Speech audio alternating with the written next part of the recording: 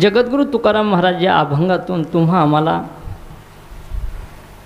संसारिकांना काही नियम व अटी या अभंगामध्ये सांगतात. जर पाहिला जर बारीक चिंतन केलं तर अभंगाचा सरळशा भावार्थ तुमच्या पुढे एकदा मांडतो, म्हणजे आपलं कीर्तन कधी जरी संपलं तरी काय हरकत नाही. महाराज म्हणले जोडोनिया धन उत्तम व्यवहारे. जगद्गुरु तुकाराम महाराज म्हणतात तुम्हाला जर धन कमवायचं असेल तर त्या ठिकाणी तुमचा व्यवहार हा कसा असला पाहिजे, हा उत्तम गतीला जाण्यासारखी उत्तम व्यवहार असला पाहिजे. जर वाईट धंदा केला तर तुमचं वाईट झाल्याशिवाय राहणार नाही. तुकाराम महाराज म्हणले शपक अभंग पेरी कडू जिरे मागे अमृत फळे. महाराज म्हणले तुम्ही जशी पेरणी कराल त्या प्रकारचं तुम्हाला धान्य आल्याशिवाय राहणार नाही. तसं महाराज या ठिकाणी म्हणले. या ठिकाणी सांगतायत किंवा जोडोनिया धन. या ठिकाणी प्रत्येक आयुष्यामध्ये माणसाला धन ही आवश्यक गोष्ट आहे. महाराज म्हणले कलियुगामध्ये सर्वात जास्त जर मान असेल कुणाला या तर महाराज म्हणले कलियुगामध्ये ज्या ठिकाणी धन आहे त्या ठिकाणी मान आहे. धनवंत महाराज जो धनवंत मनुष्य आहे, महाराज म्हणले या कलियुगामध्ये धनवानाला फक्त मान आहे. तदनंतर महाराज म्हणले पण ते धन कमवत असताना चांगल्या मार्गानं कमवलेलं असावं. जोडोनिया धन. महाराज म्हणले उत्तम व्यवहारे. आणि मिळवलेलं धन आपण काय करावं तर महाराज म्हणले उदास विचारे वेच करी. काही लोक महाराज धन कमवतात पण महाराज फक्त ते साठा करतात. जसं आमचे गुरुजी नेहमी सांगतात काही महाराज गंजीवरचे कुत्रे असतात. गंजीवरचे कुत्रे म्हणजे आपल्याकडं वळई म्हणतो आपण त्याला, वळईवर कुत्रं बसतंय. महाराज स्वतः खात नाही पण महाराज त्या ठिकाणी गाईला बैलालाही खाऊ देत नाही. तसे काही धनवान आहेत स्वतः तर खात नाहीत पण लोकांनाही वाटत नाहीत. पण महाराज म्हणजे उदास विचारे वेच करी. महाराज असं जर केलं तर काय होईल तर महाराज म्हणले उत्तमची गती तो एक पावेल. महाराज म्हणले तो उत्तम गतीला गेल्याशिवाय राहणार नाही. उत्तमची गती तो एक पावेल उत्तम भोगील जीवखानी. महाराज म्हणले त्याच्या जो जीव पुढच्या जन्मात ते जन्म येणार आहेत त्या ठिकाणी तो उत्तम गतीला गेल्याशिवाय राहणार नाही. महाराज आणखी काही अटी आहेत का तर महाराज म्हणले परोपकार नेणे परनिंदा. त्या ठिकाणी तो दुसऱ्यावर परोपकार करतो ना, परनिंदा ज्याची करीत नाही अशा ठिकाणी महाराज म्हणजे अशा अनेक अटी सांगितल्या. परोपकार नेणे परनिंदा परस्त्रिया सदा बहिणी माया. महाराज म्हणले त्याला जर एखादी माता दिसली एखादी स्त्री दिसली तसं तुकाराम महाराज म्हणजे ना जाई हो तू माते न करी सायास आम्ही विष्णुदास तैसे नो. या ठिकाणी महाराज म्हणले परस्त्रीला माते समान समजणारा. तदनंतर महाराजांना आणखी काही नियम सांगितले. भूतदया गायी पशुचे पालन तानिल्या जीवन वना माझी. आणि असा जो करतो शांतिरूपी नो हे कोणाचा वाईट वाढवी महत्त्व वडिलांचे. महाराज म्हणले दुसरं काही करण्याची गरज नाही. तुका म्हणे हेची आश्रमाचे फळ परमपद बळ वैराग्याचे. विठाला विठाला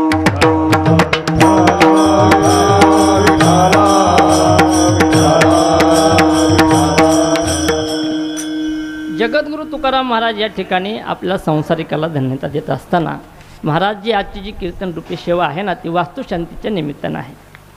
आमच्या मधुकर महाराजांना जी वास्तू बांधली त्या वास्तुशांतीच्या निमित्तानं लक्ष देऊन ऐका बघा. मग ही वास्तुशांती का करायची, घराची वास्तुशांती का करायची, प्रत्येकाच्या मनामध्ये हा प्रश्न पडलेला आहे. महाराज म्हणले जर नाही केली तर भागत नाही का. तर एखाद्यानं जर एखादा महाल बांधला आणि वास्तुशांती नाही केली तर काय होतं महाराज. महाराज म्हणले वास्तुशांती का करायची हे बघा.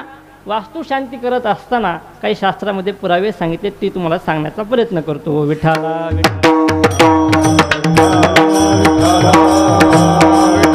या ठिकाणी महाराज म्हटले जसं आपण पेरणी करण्याकरता जमीन सुपीक आहे का नाही बघतो का नाही. आपण सर्व शेतकरी आहेत. महाराज म्हणले खडकी जैसे वर्षिले आगी माझी पेरिले.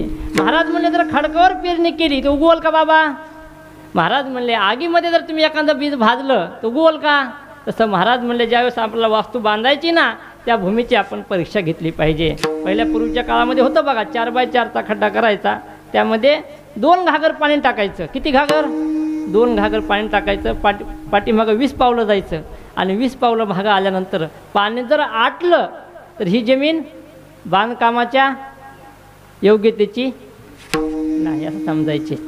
पण महाराज या ठिकाणी आता आधुनिक टेक्नॉलॉजी आली, विज्ञानाचं क्षेत्र आहे, या ठिकाणी आता लोक काही पण करू शकतात. महाराज म्हणले तदनंतर जर आपण जर त्या जिमनीमध्ये जर बांधत असताना, घर बांधत असताना बाबा त्या ठिकाणी जर हाडं निघाली, केस निघाले, तर त्या ठिकाणी ती जमीन बांधण्याच्या योग्यतेची नाही, पूर्वीचा तो स्मशानभूमी असेल.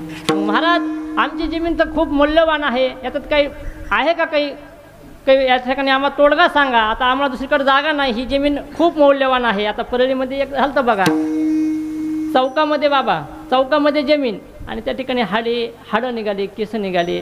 मग आता त्या ठिकाणी आता काय करायचं म्हटले, एवढी तर तिथं स्क्वेअर फुटवर जमिनीची महाग आहे आणि ती जमीन सोडा जमते का आपल्याला. मग त्याने शास्त्रानं सांगितलं त्या ठिकाणी 7 हात, किती 7 हात खोल खड्डा खंदायचा, सर्व माती काढून टाकायची, किती सर्व माती काढून टाकायची आणि नवीन त्या ठिकाणी बिल्डिंग उभा करायची. विठाला विठाला.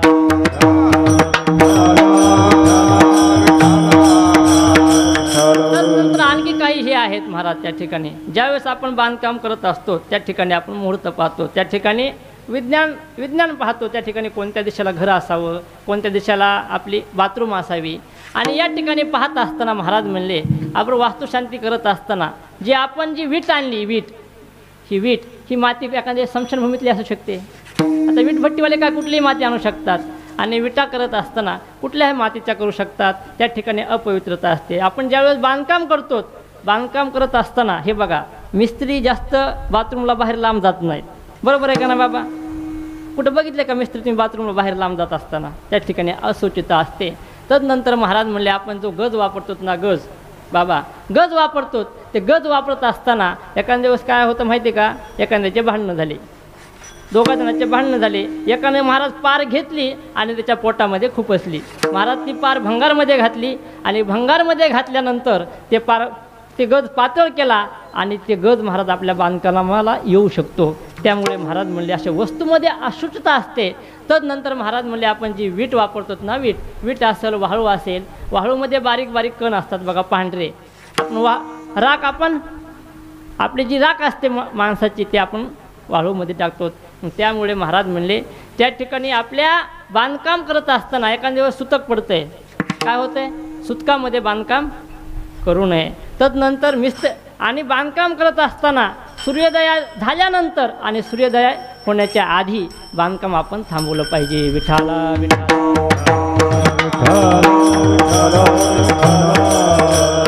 आणि जर आपण पाहिलं पुराणामध्ये ते वास्तू नावाचा जो राक्षस आहे, ही एक कथा आपण सर्वजण ऐकतो. त्या ठिकाणी 2 मिनटं सांगतो. त्या ठिकाणी मी जास्त वेळ घेणार नाही, अभंगाकडे वळणार आहे. या ठिकाणी महाराज म्हणले जो वास्तू नावाचा जो दैत्य आहे, ज्यावेळेस उन्मत्त झाला आणि उन्मत्त झाल्यानंतर विठाला विठाला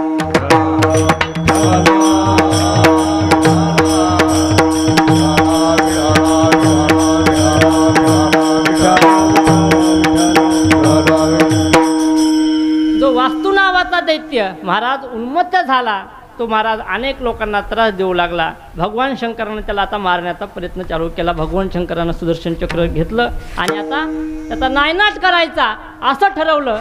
आणि असं ठरवल्यानंतर भगवान शंकराला त्याने सांगितलं तू जर माझं काय वैरत्व नाही, कशामुळे मारतोय तुम्हाला, मला काहीतरी वर दे. त्यावेळेस सांगितलं जोपर्यंत जर एखादी नवीन वास्तू बांधली, जोपर्यंत तुझी शांती होत नाही, जोपर्यंत तुझी शांती करत नाहीत, तुला बलिदान देत नाहीत, तोपर्यंत त्या घरामध्ये राहायचं. आणि विशेष म्हणजे तुम्हाला सांगू का, तर घरं बऱ्याच जणांना बांधलेत या ठिकाणी, सर्वांनी घरं तुम्ही बांधलेच असतील.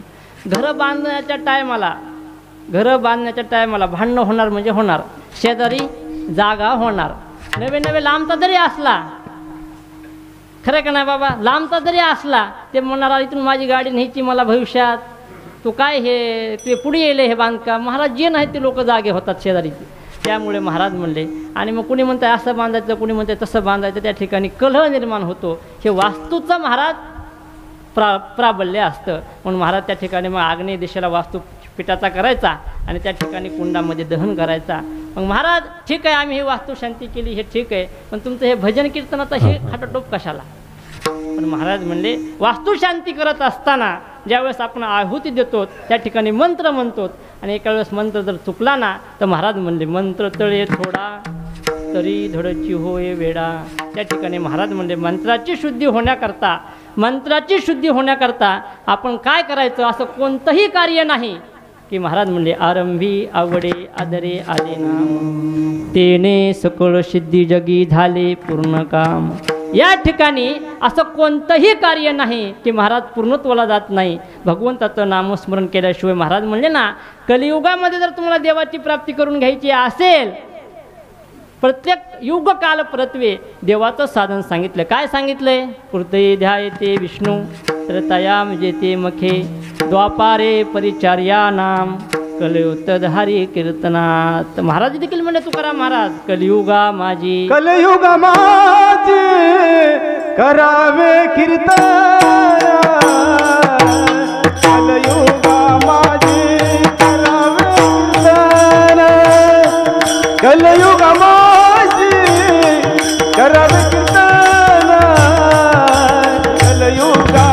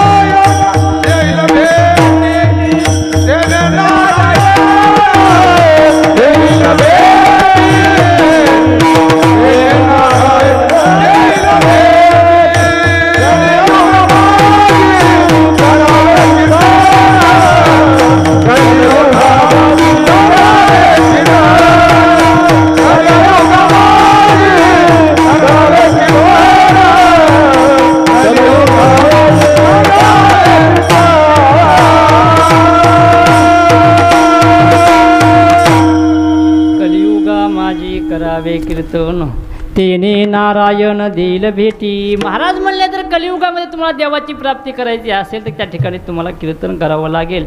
या ठिकाणी महाराजांनी सांगितलं. मग महाराज म्हणले जोपर्यंत मंत्र तळे थोडा तरी धडची होय वेडा. या कार्यामध्ये जर काही विघ्न आला असेल आणि ते विघ्न दूर व्हावं ही अपेक्षा म्हणून हा कार्यक्रम आयोजित केला आहे. भजन कीर्तन अन्नदान. काय काय लोक महाराज देवा हे सामत शेट नाहीत का परळीचे, त्यांना त्या दिवशी मी गेलतो दुकानावर, त्यांनी एवढा मोठा बंगला बांधला महाराज, एवढा मोठा. म्हणलं मग वास्तुशांती काही नाही. म्हणले आमच्यात वास्तुशांती नसते, आमच्या घरी जेवायचं, नवे कपडे घ्यायचे आणि खायचं. म्हणलं म्हणजे महाराज त्या ठिकाणी तुकाराम महाराज म्हणले द्रव्यासता दान न करी नागविला राजद्वारी. महाराज म्हणले जर असूनही तुम्हाला जर द्या वाटत नसेल तर काय उपयोग त्या धनाचा. विठाला विठाला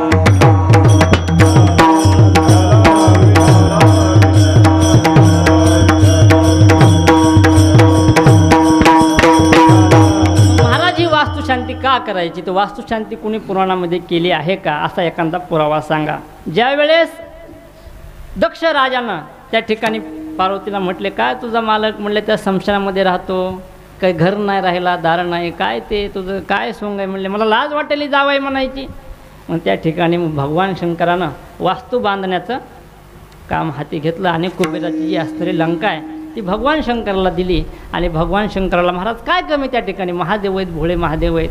आणि ती वास्तू महाराज आता त्या वास्तूची वास्तुशांती करायची, लंकेची वास्तुशांती करायची ह्या उद्देशानं आता भगवान शंकराच्या घराची वास्तुशांती करायची म्हटल्यास ब्राह्मण जसं घर तसा महाराज.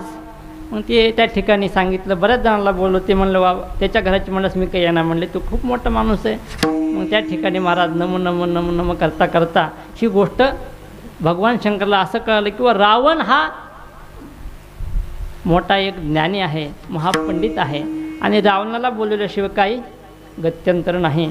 मग रावणाला त्या ठिकाणी बोलवलं महाराज वास्तुशांती करण्याकरता. नकुटकर कुणाला बोलवलं? रावणाला बोलवलं. आणि रावणाला बोलवल्यानंतर त्या ठिकाणी रावणानं पूजा यथाविधी सर्व काही केलं आणि सांगितलं. मग सांगा म्हणले तुमची दक्षिणा काय ते रावणाला म्हटले. महाराज तो रावणच होता. त्यानं काय म्हटलं आहे? भगवान शंकर म्हणजे तर सांगा तुमचा मोबदला काय द्यायचा काय नाही ते सांगा म्हटला. आणि असं म्हटल्यानंतर रावण म्हटला मग ही लंका द्या ना म्हटला मला. काय म्हटला? मग महाराज भोळा शंकर आहे, देऊन टाकली लंका. मला हे सांगायचं तुम्हाला की पूर्वी ही वास्तुशांती केली, पण महाराज एखाद्याच्या घरावर जर आपण कब्जा केला, लक्ष देऊन ऐका, काय एखाद्याच्या रावणानं घरावर कब्जा केला, भगवान शंकरानं देऊन टाकली, पण महाराज सोन्याची असणारी लंका त्या रावणाला काय झालं त्या लंकेचं? सांगा ते कवडी गेली नाही, सांगा ते कवडी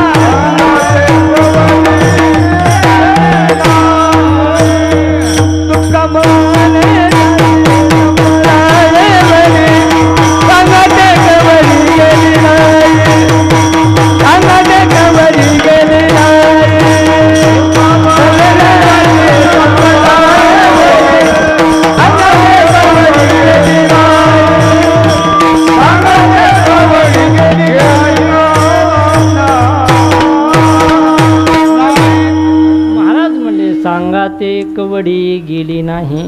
महाराज म्हणले जर तुम्ही अनितीनं धन कमवलं, कुणाचं लुबाडून जर घेतलं ना, त्या ठिकाणी तुमची कवडीही राहणार नाही. आणि मग महाराज असं करत असताना हे जे तुम्ही वास्तू बांधली ना, त्या वास्तूमध्ये काय असावं?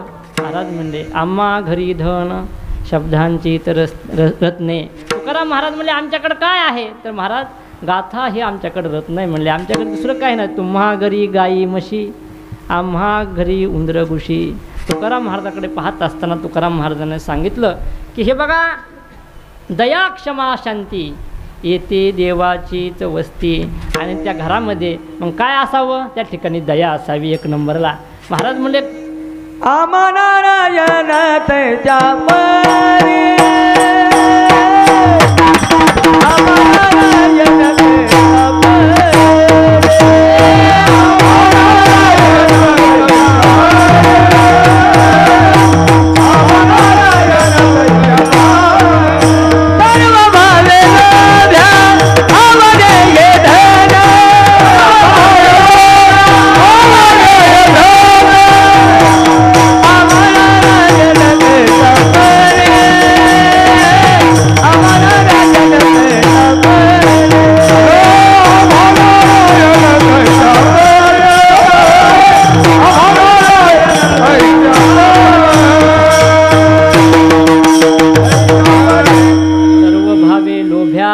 हे धन आम्हा नारायण तैशा परी. जसं महाराज म्हणले लोभी माणसाला धन आवडतं, तसं तुकाराम महाराज म्हणले आम्हाला काय आवडतं?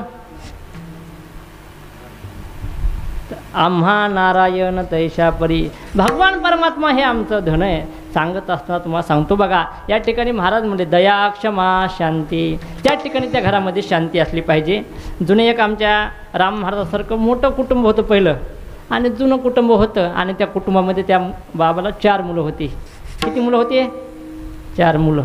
आणि 4 मुलं असे होते महाराज, 4 मुलाला 4 कामं वाटून दिलेले होते. मुलाला दिले, पण त्या घरी सुना ज्या होत्या, सुनाला हे कामं, एक आवळगावची सून होती, ती जरा सुगरण होती.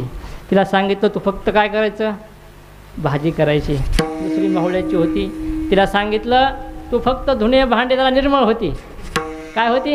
आणि एक सावंगीची होती, मग सावंगीवाल्याला सांगितलं तू फक्त झाडून हे ते. आणि एकीला सांगितलं, मग तू एकीला जरा शेतीचा नाद होता, कुठली शेतीची घ्यायची, वडगावची गोंडगावची घेऊन ते कुठली घेऊ, तिला शेतीचा नाद होता. आणि महाराज असे 4 कामं वाटून दिले होते. बघा, मला शांती सांगायची तुम्हाला, त्या घरामध्ये शांती असावी. मग आणि त्या ठिकाणी म्हणजे मोठी जी सून होती स्वयंपाक भाजी करणारी, आणि भाजी करणाऱ्या सुनाला सांगितलं थोडंसं काम होतं तिला. ती म्हणली आत्या मी जरा बाहेर आहे, मला जरा काम आहे, भाजीमध्ये मीठ टाका. बघा, मीठ राहिले टाकायचं. आणि असं म्हटल्यानंतर ती म्हटली तुला काम दिलेलं आहे, तू मला काही काम सांगायचं. आणि महाराज ती ठीक आहे म्हणली, जाऊ दे आपले आपण करू. आणि बाहेर गेली महाराज. त्या ठिकाणी पुन्हा बारक्या भाऊच्या इकडे गेली. तिने सांगितलं हे बघ मी जरा बाहेर जाते, थोडंसं मीठ टाक. ती म्हणली मला धुणं भांडे माझं बरंचसं काम राहिले, तू काही मला काम तुझं सांगू नको, मला काही काम होत नाही. पुन्हा ती श्रीकडे गेली, तिला सांगितलं. तिनं बी असंच सांगितलं मला आणखी शेण काढायचं, गुरं ढोरं सगळ्यांना वैरण करायची, तू हे काही काम सांगू नको. आणि चौकीकडेही गेली महाराज. आणि गेल्यानंतर महाराज सासूला वाटलं एक तर आपल्याला काही काम नाही, इतक्या दिवसातून तिनं आज काम सांगितलं आहे, आपण मीठ टाकलं महाराज तिनंही. दुसरी म्हणली माझंही कधी तिच्याकडं काम पडेल, त्यामुळे महाराज तिनंही मीठ. आणि महाराज तिसरीच्याही मनात तसंच आलं की जर माझं एखाद्या दिवस तिच्याकडं काम पडलं तरी मला अडचण येईल, ती करणार नाही. महाराज चौघीनंही मीठ टाकून दिलं. आणि त्या ठिकाणी मग महाराज अशा मिशावाला पिळदार म्हातारा होता त्या घरामध्ये, आता मिशा कमी राहिल्यात. आणि असा पिळदार म्हातारा होता. त्या ठिकाणी म्हातारा आला घरी, आणि घरी आला, भाजी वाढली. महाराज भाजी वाढल्यानंतर म्हातारा काहीच नाही बोलला. आणि म्हातारा महाराज शांत होता. महाराज तुमच्यासारखा त्यानं सांगितलं ठीक आहे म्हटलं, काही नाही, मला ताक आहे का, मला आज भाजी जरा मला आवडं नाही म्हणला. त्या ठिकाणी ताकासोबत चुरून खाल्लं आणि गपचीप बसला, काही बोलला नाही. आणि तदनंतर महाराज त्या ठिकाणी पुन्हा घरचा मोठा मुलगा आला आणि त्याने सांगितलं आई मला जेवायचे घरी कोणी दिसत नाही. महाराज त्यानं ही भाजी घेतली, एक घास खाल्ला. आणि एक घास खाल्ल्यानंतर ते म्हटला आई दादा जेवले का. ती म्हणली हो जेवले ना. तर काही नाही का म्हटले, काय नाही. त्यांनी काय खाल्लं, काय नाही म्हणले, त्यांना आज भाजी जरा आवडली नाही काही की त्यांनी ताकामध्ये चुरून भाकर खाल्ली. म्हणला मला बी ताकच दे म्हणला आज. आणि सर्व काही झालं. आणि सर्व काही झाल्यानंतर सर्व 4 जणी जेवायला बसल्या. काय म्हटल्या, 4 जणी जेवायला बसल्या. आणि त्या ठिकाणी बसल्यानंतर महाराज त्या ठिकाणी जेवायला बसल्या आणि एक घास घेतला की अरे बापरे म्हणले आज भाजीला खरड झाली. मग ते बोलता बोलता ती म्हटली मीठ तुम्ही टाकलं का काय आत्या. हो म्हणली तुम्हाला म्हणली तीच मीठ टाका, पण तुम्ही नाही म्हणला होतात. नाही म्हणली तसं कसं, मग मी बी टाकलं. दुसरी म्हणली मी बी टाकलं. तिसरी म्हणली मी बी टाकलं. आणि तिला वाटलं की तुम्ही कुणीच नाही टाकलं म्हणून मी बी टाकून गेले म्हटली. मग महाराज दादा काहीच बोलले नाहीत.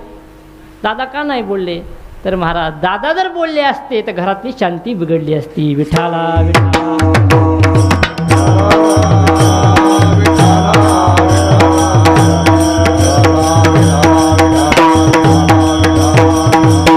या ठिकाणी मला सांगायचं का तुम्हाला जे धन कमवत असताना त्या घरामध्ये दया क्षमा शांती असली पाहिजे. त्या घरामध्ये शांती असणं गरजेचं आहे. महाराज म्हणले ना, महाराज आम्ही जे घर बांधले निरंजनी आम्ही बांधिले घर.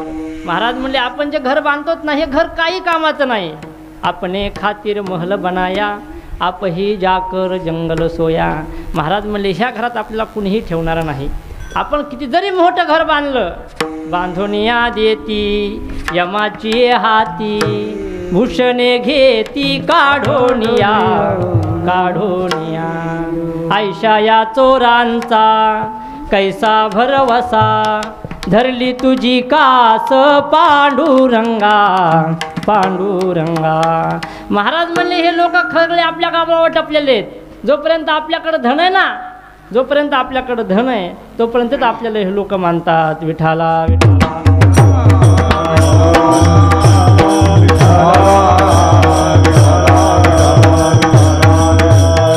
हे बघा, तुम्ही किती जरी धनवान असला तर त्या ठिकाणी ह्या धनाची काही किंमत नाही. महाराज म्हणले तुम्हाला जर परलोकामध्ये कामाला जे धन येणार आहे ना, तर महाराज म्हणले हे धन तुमच्या काहीच कामाला येणार नाही. कोणतं धन येते तर महाराज म्हणले परमार्थ परमार्थ हे महाधन, परमार्थ हे महाधन, जोडी देवाचे चरण, जोडी देवाचे चरण, भावया जतन, भावया जतन,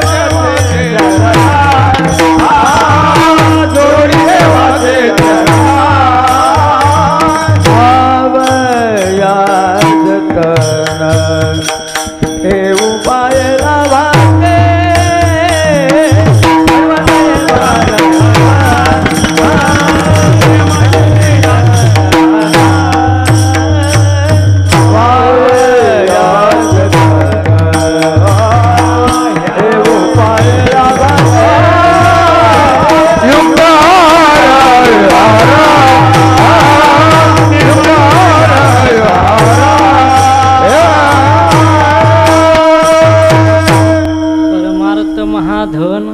जोडी देवाचे चरण, भावया जतन हे उपाय लाभाचे. महादेवीन कोणी नाही सोडविता, पुत्र बंधू कांता संपत्तीचे. महाराज म्हणले त्या ठिकाणी हे जे बाकीचे सर्व जे लोक आहेत ना, तर आपल्या गबाळावर टपलेले आहेत. बरोबर आहे, महाराजांनी परमान सुंदर सांगितलं. महाराज म्हणले हे बघा, कुणीही असो कसाही असो, प्रत्येकाला एक दिवस जायचं आहे. हे जायचं हे निश्चित आहे. तुम्ही किती धनवान असो कसाही असो, महाराज म्हणले जो जन्माला आलाय तो एक दिवस मरणार आहे. धनवान असो किंवा धनहीन असो, यादा भजन करा. विठाला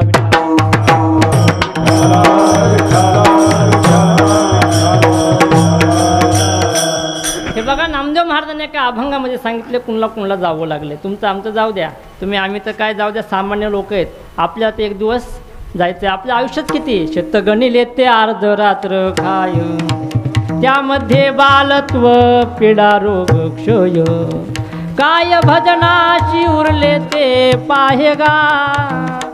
महाराज म्हणले काय बघा ना, आपलं आयुष्य किती 100 वर्ष आयुष्य, त्यामध्ये काय, त्यामध्ये अर्ध रात्र काय, किती गेलं 50, त्यामध्ये बालत्व पीडा रोग क्षय. महाराज भगवंत स्वतः म्हणले बालपण 80 वर्ष गेली 12, खेळता या पोरा नानामते. भगवंताचं आयुष्य 12 वर्ष खेळण्यामध्ये गेलं. आपलं तर 24 पर्यंत तर आपलं काही कळतच नाही, 30 पर्यंत लग्न होय नाही, राहिले 10-20 वर्ष. पण महाराज म्हणले आपलं आयुष्य असं अनमोल जे आयुष्य आहे ना, जे आपल्या जे भगवंतांनी ज्याच्यासाठी दिले ना, त्या कारणाला आपण लावलं पाहिजे. आहेत नागर तरुणा ओळखे राम मनोनी, आहेत नागर तरुणा ओळखे राम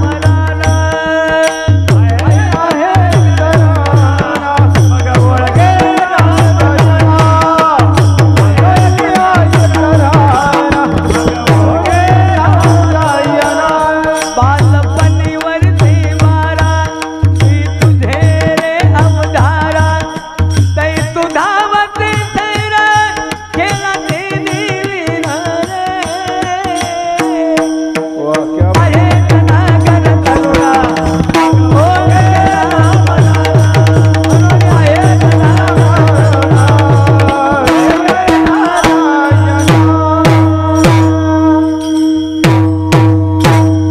या ठिकाणी महाराज म्हणले 12 वर्ष बघा दादाने हे प्रमाण दिलं आपला 12 वर्ष भगवंताची गेली या ठिकाणी प्रत्येकाला एक दिवस जायचं हे निश्चित आहे त्यामुळे नामदेव महाराज एका अभंगामध्ये सांगतात अरे मना शोक करीशी किती हेतव वायाची जाय धन संपत्ती आयुष्य भविष्य नाही तुझी हाती हे अवघे अंती जाया जने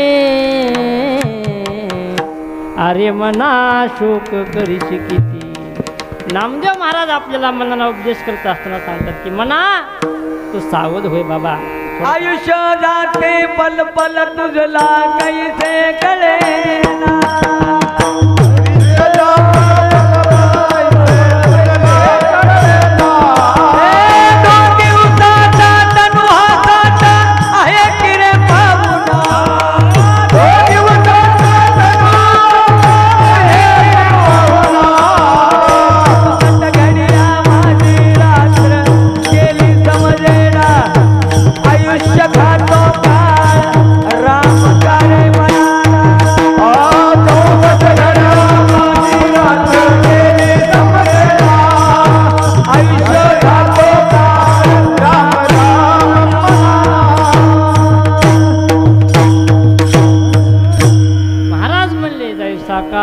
घेऊन जाई बोका तैसा काळ लोका टपलासे महाराज म्हणले आपलं आयुष्य पल पल चाललंय म्हटले कबीरदास महाराज म्हटले त्या ठिकाणी आपलं आयुष्य काय आहे एक दिवस चाललंय महाराज आपलं आयुष्याची गणना महाराज कळत नाही बघा तुम्ही जरी केस काळे केले पण कधी केस काळे झाले ते कळत नाही ते गणित कळत नाही देवाचं देव कसा आपल्याला म्हातारा कळतोय का जरी आपल्याला वाटलं आपण अजून तरुण केस काळे केल्यामुळं पण महाराज म्हणले देवाची ही लीला आहे बघा दिली इंद्रिय हात पाय कान डोळे मुख बोलाया वचन जेने तू जोडशी नारायण महाराज म्हणले भगवान परमात्म्यानं तुम्हाला इंद्रिय दिले बरोबर आहे का नाही सर्वांना दिले ते उपकार आहेत आपल्यावर हे बरोबर आहे पण देत असताना त्याला मर्यादा घालून दिली आता जर आपण पाहिलं तर हे बघा बाबा तुमचा चेहरा पहिला असा होता का जवानीमध्ये तुमच्या तारुण्यामध्ये माझ्या वयामध्ये कसा होता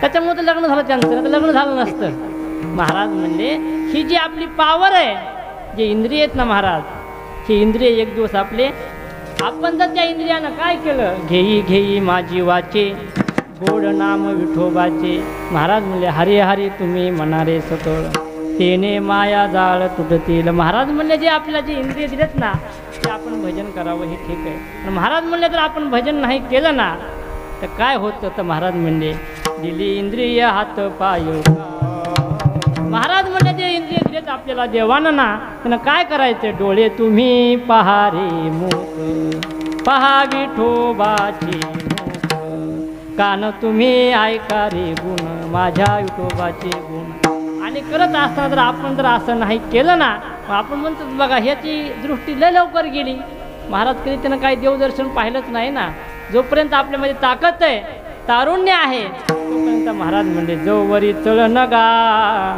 तोवरी म्हणती माता मानती लहान थोर देह सुखाची आकाजा इंद्रिय मावळली आला बागुल आजा महाराज म्हणले जोपर्यंत आपल्याकडे पैसा आहे सत्ता आहे संपत्ती तोपर्यंत आपल्याला लोक दादा दादा म्हणतात या ठिकाणी नाथ महाराजांनी 2 ओव्या वापरल्या महाराज म्हणले धनवंत पुरुषाशी स्त्री लवटव करी कैशी तुकडा देखोनी सुनी जैशी हलवी पुच्छाशी कुकांत महाराज म्हणले जर आपल्याकडे धन असेल महाराज त्या ठिकाणी धनाला लोक धनवंताला महाराज लोक मानतात पण महाराज म्हणले या धनाची झाली या तुझी स्त्री वसवसून लागे पाटी आता नावडती तुमच्या गोष्टी महाराज म्हणले आता तुमचं काय मला आवड नाही म्हटली जोपर्यंत तुम्ही खाण्याची पिण्याची कॅरी बॅग घेऊन येतात ना पिशवी घेऊन येण्याची ताकद आहे तुमच्यामध्ये तोपर्यंत लोक आपल्याला मानतात विठाला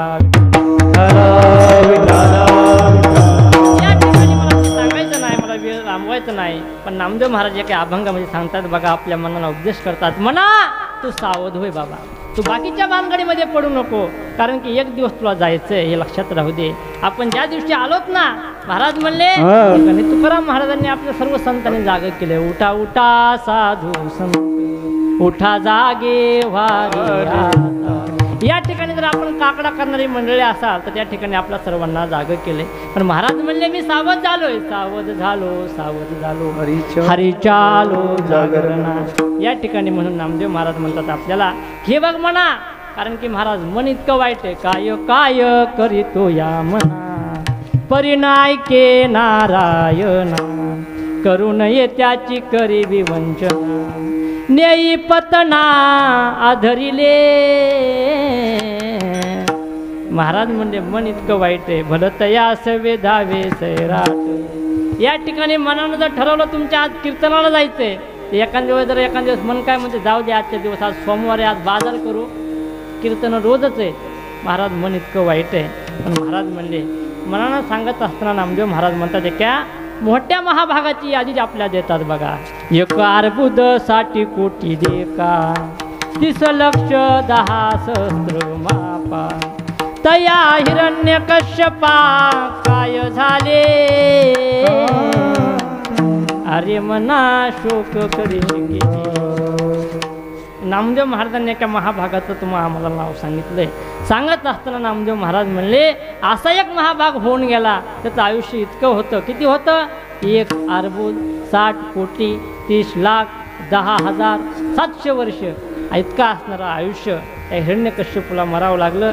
त्या महाभागानं असा नियम केला मला दिवसा मरण नको, रात्री नको, सजीवाकून नको, निर्जीवाकून नको, शस्त्रां नको, अस्त्रां नको. आणि असं करत असताना त्या ठिकाणी त्यांना अनेक वर मागून घेतले. पण महाराज असे वर जरी मागितले असले तरी भगवान शंकरांना सांगितले हे बघ या ठिकाणी कुणालाही थांबायचं. महाराज म्हणजे तुझं माझं जाऊ दे, येथे नाही उरो आले अवतार अरे मना शोक करशी किती. हिरण्यकश्यपून असा अनेक वर मागून घेतले. पण महाराज विदारुणी प्रेमे दैत्य पाना पाजिला. भगवान शंकरांच्यासाठी पेशला अवतार केला बघा. विदारुणी दैत्य महाराज म्हणले दुर्जना तो लात मारी खांबावरी स्तंभी नरहरी प्रगटला. देवांच्यासाठी पेशला अवतार केला. ते काय म्हणला मला पशुकुण नको, प्राण्याकुण नको. भगवान पशु बी नाही प्राणी बी नाही, सजीवाकुण नको, निर्जीवाकुण नको. भगवंतानं नखाने मारात फाडला. मला हे बाकीचं भगवंताचं चरित्र सांगायचं नाही हिरण्यकश्यपूचं. पण मला हे सांगायचं आहे की नामदेव महाराज आपल्या मनाला उपदेश करत असताना नामदेव महाराज म्हणतात आणखी एका पुढे महाभागाचं नाव सांगतात. 14 चौकड्या लंका नाता 99 सहस्र राया दशरथा तेही गेले स्वर्ग पंता मागे सर्वता मुरलेची. रावणाचं आयुष्य सांगितलं. कुणाचं सांगितलं? 14 चौकड्या लंका नाता. महाराज रावण काही साधा नव्हता बघा. रावणा एवढा धनवान कोणीच नव्हता. रावणाकडे इतकं धन होतं महाराज म्हणले फक्त तुकाराम महाराजांनी नामदेव महाराजांनी जर कुणाचं धनाचं वर्णन केलं असेल ना तर कुणाच्या केले? फक्त रावणाच्या केले. तुमचं आमचं कुणाचंच नाही. तुमचं आमचं तर काय लिहिले आपण 100 एकरच्या मधले सगळे लिहिले 100 कोटी असेल किती असेल. पण महाराज म्हणले एवढा रावण होता महाराज. रावण काही साधा नव्हता. पाषाण परीस भूमी जामून वंशाचा संबंधात याचा 80 सहस्र दया सुंदरा कामिनी माझी मुकरणी मंदोदरी. महाराज रावण मोठा होता यात काही नवल नाही. रावण विद्वानही तेवढाच होता. रावणानं भगवान शंकराची स्तुती केली. लक्ष देऊन ऐका बघा. ऐकू द्या तुम्हाला नाही. भगवान शंकराची रावणानं स्तुती केली. ती स्तुती महाराज चांगल्या चांगल्या कीर्तनकाराला वाचता येत नाही, कळत नाही, जाऊ द्यास. एवढा रावण विद्वान होता. जटाटवी गलज्जलम प्रवाह पावितस्थले गलेवलम व्यलंबितां भुजंग तुंग मालिकां डमट डमट डमट डमट निनादव डमरवयं चकार चित्त तांडवं तनु तनु शिव शिवं. इतका रावण विद्वान होता महाराज. पण महाराज म्हणजे सांगा ते कवडी गेली नाहे सांगा गेली नाहे सांगा ते कवडी गेली नाहे सांगा ते कवडी. तुका म्हणे जाती देवा बांधवडी. तुका म्हणे जाती देवा बांधवडी.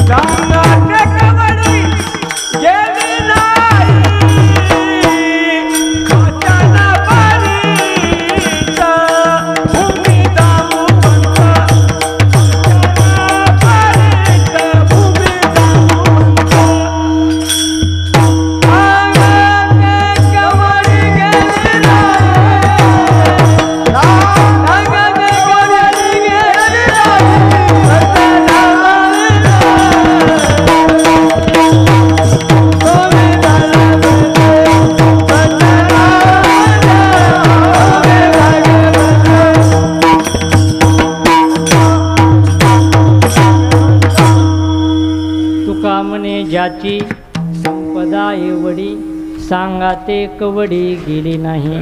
या ठिकाणी कसं बघा, पाषाण परिसभूमी ज्या म्हणून वंशाचा संबंध हातयाचा.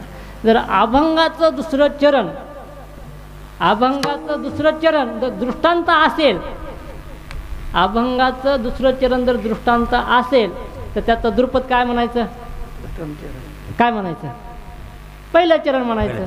कारण की तो पहिल्या चरणाचा सिद्धांत असतो. आता कोणताही अभंग असो, हे बघा काही लोक म्हणतात श्री गुरु साथ, हां बरोबर आहे, अभंग ते हो, पण ते दृष्टांत सांगितला तुकाराम महाराज, सिद्धांत नाही हा. महाराज म्हणले ज्या अभंगाचं चरण दुसरं चरण जर सिद्धांत असेल तर बऱ्याच अभंगामध्ये काही ठिकाणी आपण पहिलं चरण म्हणतात का नाही माहिती का नाही, हे तर माहिती का नाही तुम्हाला. आता श्री गुरु सारिका, श्री गुरु सारिका असता पाठी राका, इतरांचा लेका फोन करी, राजियाची कांता काय भीक मागे, मनाची या जोगे सिद्धी पावे. आता बऱ्याच लोकांना माहीत नसते. आता ह्याचं द्रुपद पहिलं चरण म्हणायचंय, कारण की दृष्टांत आहे ना, राजियाची कांता काय भीक मागे, हा दृष्टांत आहे.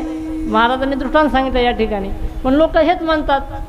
पण ज्या अभंगाचं दुसरं चरण हा दृष्टांत जर असेल तर महाराज म्हणले अभंगाचं द्रुपद जर दुसरं चरण दृष्टांत असला तर त्याचं काय म्हणायचं, पहिलं चरण म्हणायचं. विठाला विठाला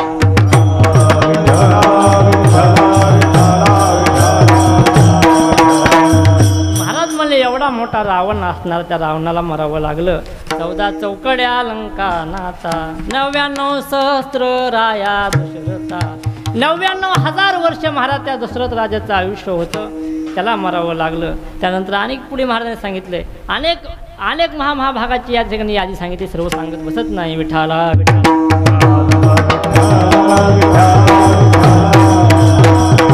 महाराज म्हणले कुणी असो आणि कसाही असो, जन्म आणि मृत्यू खूप अटळ. महाराज म्हणले जन्म नाही अवघड आहे. मग महाराज तुम्ही आम्हाला या अभंगामध्ये काही नियम सांगितले, संसारिकांना 10 नियम सांगितले आणि ब्रह्मचार्याला आणि संन्यासाला 2च नियम सांगितले, असं का केलं, असा भेद का केला. तर महाराज अभंगामध्ये जे नियम सांगितलेत ना आपण ब्रह्मचार्याला आणि गृहस्थीला, तर महाराज सांगत असताना, आपण जगत असताना ज्यावेळेस आपण जे देवाला नवस केलाय ना मामा, आपण देवाला एक नवस केलाय, काय केलाय हे आता आपण विसरलो. महाराज म्हणले ज्यावेळेस आपण, कारण की महाराज जन्माची जी गणना आहे तीच उलटी आहे. ज्यावेळेस आपण गर्भाला येतो त्या ठिकाणी महाराज गर्भी दिला दंड, वरती पाय खाली तोंड. आपण ज्यावेळेस आईच्या उदरामध्ये असतोच ना त्या ठिकाणी आपण उलटे असतो. महाराज म्हणले काय, महाराज गर्भवासाचं सर्व संतांनी सांगितले, काय सांगू गर्भीची यातना, मज भोगिता नारायण, मांस मळ मूत्र जाना, तुझ क्षणोक्षणा ध्यातसे. महाराज म्हणले विष्टाले पच उकडी, नाकी तोंडी कुर्मी किडे, गर्भवासाचे दुःख गाडे, कोणा पुढे सांगावे. महाराज सर्व संतांनी उपदेश महाराज केलाय. महाराज एकच अशी माता होऊन गेली ती मदलासा, तिने सांगितलं बाळा तू याच्यामध्ये गुंतू नको, हा खूप वाईट आहे मार्ग. आणि सांगत असताना गर्भवास इतका वाईट आहे आणि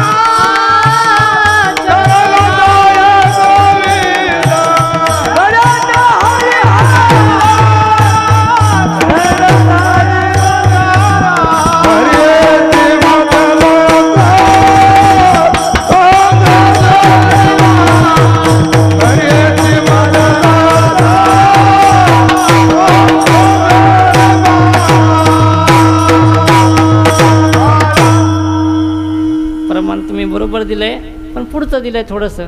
शरीराचं वर्णन सांगितलं आहे. पण आपलं त्या ठिकाणी गर्भवासच चालू आहे. कशात चालू आहे? गर्भवास चालू आहे. ह्यांनी आधीच लग्न लावलं, वयाच्या आधीच लग्न लावलं, काय नाही, हरकत नाही, आधी लग्न व्हाय नाही म्हणून ठीक आहे, आपलं आधी लावलं तरी चालतं आहे आताच्या काळात. आणि या ठिकाणी महाराज म्हणले गर्भवास खूप वाईट आहे. या ठिकाणी सांगत असताना परत सर्व संतांनी सांगितलं आहे. आणि मग गर्भवासामध्ये कटवमल लवण मेळे, गर्भवतीचे पुरती डोळे, तोचे विन गर्भांग लोळे, तेने डोळे अति दुःखी, वेणेवरी येता वेणा, दुःख होय दोघा जना.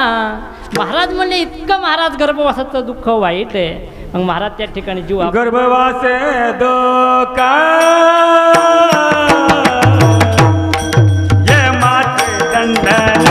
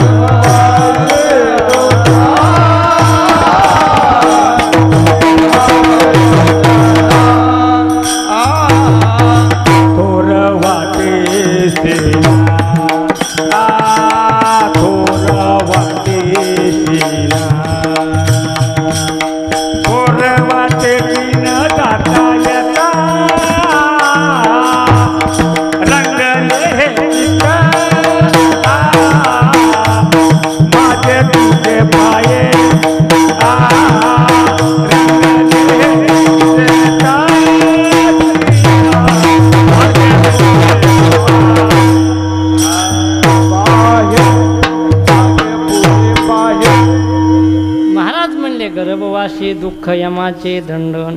आणि मग महाराज त्या ठिकाणी जर आपल्याला जर दुःख होऊ लागलं ना, दुःख जर होऊ लागलं तर मग त्या ठिकाणी महाराज नवस करतो, काही बोलतो. मग त्या ठिकाणी जर एखाद्याला लेकरू बाळ व्हायला नाही गेलं, उदाहरण सांगतो, एखाद्याला लेकरू बाळ व्हायला गेलं तर म्हणजे नवस बोलतात, देवा मला मुलगा दे, आणि मग मुलगा दिल्यानंतर मी तुला असं असं करेल, सोन्याची टोपी घालील किंवा काय अंगठी घालील, महाराजाला कीर्तन ठेवून अंगठी घालील, असा नियम असतो. आणि महाराज त्या ठिकाणी मग नवस जर पूर्ण झाला त्या ठिकाणी मग माणूस बदलतो. बघा बदलतो का नाही? एखाद्या वेळेस जर आपल्या एखाद्या साहेबाची सही घ्यायची असेल ना, एखादं मास्टर हे जर पास करायचं असेल तर महाराज त्या ठिकाणी आधी त्या साहेबाला जे नाही ते मग चहा पाचतो, हे करतो, ते करतो. एकदा आपली फाईल पास झाली की मग हा बदलतो. तसं महाराज म्हणले आपण जीवनामध्ये असताना, गर्भामध्ये असताना आपण एक नवस केला आहे, देवा याच्या बाहेर मला एकदा काढ रे, कारण की विष्टा लेप चहूकडे, नाकी तोंडी कुर्मी किडे. महाराज या ठिकाणी खूप मला त्रास आहे रे, त्यामुळे तुम्हाला एकदा बाहेर काढ. आणि बाहेर काढल्यानंतर एक वेळ करी या दुःखा वेगळे, आठविण पाये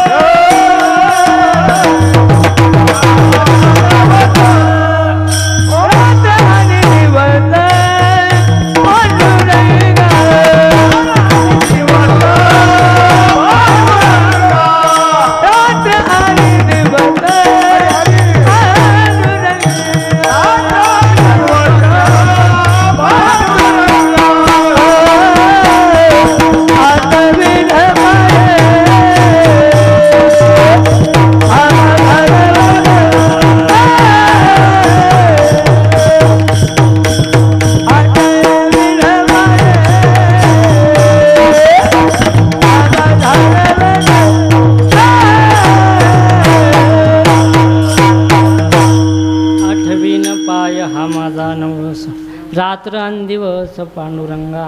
महाराज त्या ठिकाणी आपण जे नवस केलाय, पण ते नवस फेडण्याकरता आपण तयार. आपण काय म्हणू, देवा मला एकदा बाहेर काढ, मी रात्रंदिवस तुझं भजन करतो, तुला विसरत नाही, तू अजिबात चिंता करू नको, फक्त मला एकदा बाहेर काढ. पण महाराज ज्यावेळेस बाहेर काढलं ना देवानं आपल्याला, हा एवढा बदमाश झाला जीव, एवढा बदमाश झाला. रात्रंदिवस जाऊ द्या, कीर्तनाला जाय ना, गावात कीर्तन असो, सप्ता गावात 7 दिवस आहे, पण सप्त्याकडे डोकून बघना. जरी सप्त्याकडे डोकून बघणं जाऊ द्या, पण कीर्तन भजन असलं तर महाराज ते म्हणे काय आज त्रास आहेत वाटते गावामध्ये, हे काही सुधरू देत. आज गावात किरकिर गावामध्ये दिसती म्हणले, आज ब्याणबाजा काहीतरी हाय ह्या महाराज लोकांचा, पांढरे कपडे दिसले की.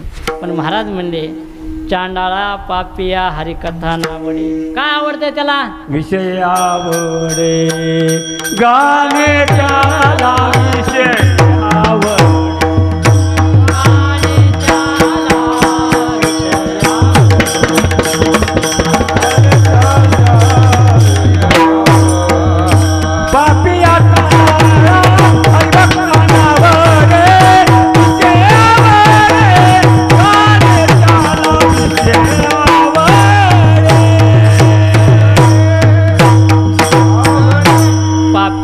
चांडाळा हरिकथा नावडे, विषय आवडे गाणे त्याला.